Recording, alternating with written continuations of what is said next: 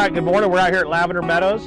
Today's a great day. We're putting in curbing. So this is sort of a tipping point for us where we move from all our underground utility basically being complete at this point, and we start our surfacing. So this morning the curbing contractors, you can see behind me, they got in a few thousand feet of curb early this morning, taking a few hour break just to work with a local company pouring a bridge next door. As soon as that bridge is done, they're going to come back over here, keep pouring concrete this afternoon, hopefully at 5,000 feet today.